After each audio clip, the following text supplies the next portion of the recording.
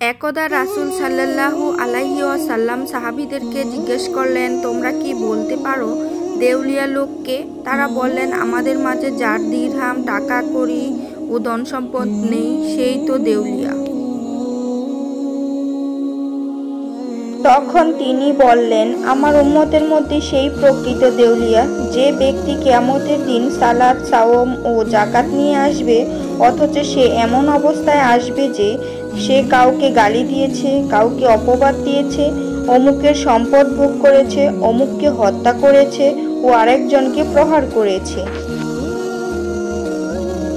এরপর সে ব্যক্তিকে তার নেক আমল থেকে দেওয়া হবে, অমুককে নেক আমল থেকে দেওয়া হবে। এরপর যদি পাওনাদারের হক তার নেক আমল পূরণ করা না যায়, তাহলে সে ঋণের পরিবর্তে তাদের পাপের একাংশ তার প্রতি নিক্ষেপ করা হবে।